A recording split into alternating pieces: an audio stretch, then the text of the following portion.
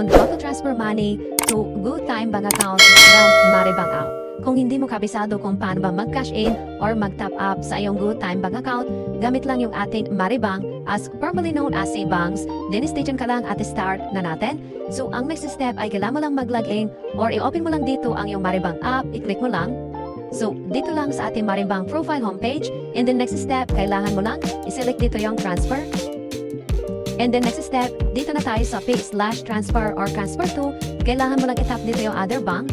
And then dito naman, kailangan mo lang mag-scroll down or kailangan mo lang i-search dito yung GoTyme Bank. So, i-type mo lang dito yung GoTyme. Ayan. So, mag-a-appear naman agad dito sa baba niya. So, once nag-appear na dito, and kailangan mo lang yan i-select. And another step, so dito na tayo sa to GoTyme Bank and then enter bank account number or name. And then i-click mo lang dito sa box, enter lang natin dito yung ating 12 digits na GoTyme Bank account number and fill out lang natin. At once na i-type mo na dito yung GoTyme Bank account number mo na 12 digits, and then kapag tama naman yan, dito lang sa baba, mag-pop up agad dito yung account. And then kailangan mo lang itong i-click. And then another step, so dito na tayo sa pag-enter ng recipient full name. Okay, so i-click mo lang dito sa box and then enter lang natin dito yung recipient full name. So sa pag-enter naman ng ating recipient full name, so first name, middle name, and then yung last name. Yung i-enter natin dito, mapa-small letter man yan or capital letter, pwede po yan basta tama yung details and then fill out lang natin. At once na-enter mo na dito yung full name ng recipient and then i-double check mo lang kung tama lahat and then dito naman sa baba, kailangan mo lang i-tap dito yung next.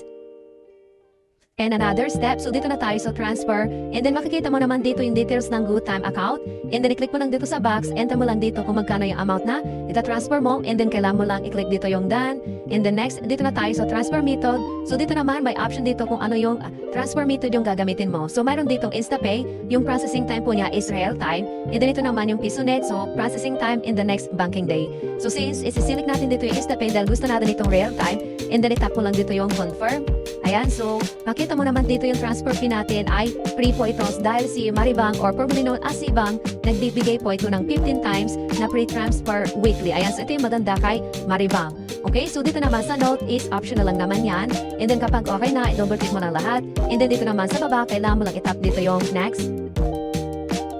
And another step, dito na tayo sa confirmations. So makikita mo naman dito yung details na ating MariBank account and then GoTyme Bank account, transfer amount, transfer fee. So wala po itong bayad mga kaibigan, so free po yan. And then transfer method, gamit lang yung InstaPay. So real time po ito and then kapag okay na lahat. And then dito naman sa baba, itap mo lang dito yung confirm. And kailangan lang tayo mag-biometric login or i-enter mo lang dito yung MariBank PIN mo para ma-authorize natin yung transaction. Ayan, so napakabilis lang talaga. So makikita mo naman dito na transfer successful. So all details, nandito naman siya. And kailangan lang natin i-double check doon lang sa ating GoTyme Bank app. Okay, and then back lang tayo. And kailangan lang tayo mag-login dito lang sa ating GoTyme Bank app. And then i-click mo lang. And then login lang tayo. At once nakapag-login na tayo dito sa ating GoTyme app, and then i-click mo lang yan, so i-view lang natin and makikita mo naman dito na pumasok na yung transfer natin galing lang sa ating MariBank app. And then dito naman sa top right corner, dito lang sa notification bell, i-click mo lang yan and makikita mo naman dito na transfer successful galing lang dito sa ating MariBank app mga kaibigan via InstaPay. Alright, so ganoon lang po kasimple mga kaibigan kung paano tayo mag-cash in or mag-top up dito lang sa ating GoTyme Bank account gamit lang yung ating MariBank app. In hope na nakapagbigay ako ng konting kalaman at guide tungkol sa MariBank app tutorials. Thank you guys and see you in my next tutorials.